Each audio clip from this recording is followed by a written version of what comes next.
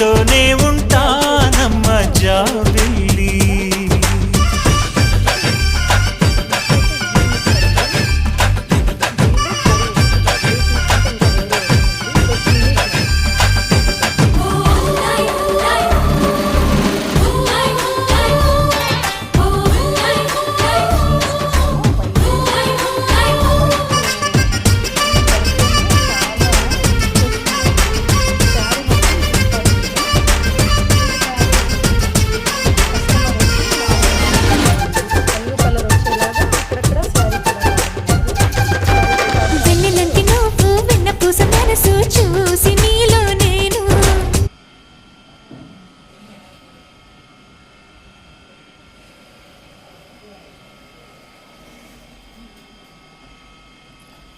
Front చూపిస్తాను మీకు.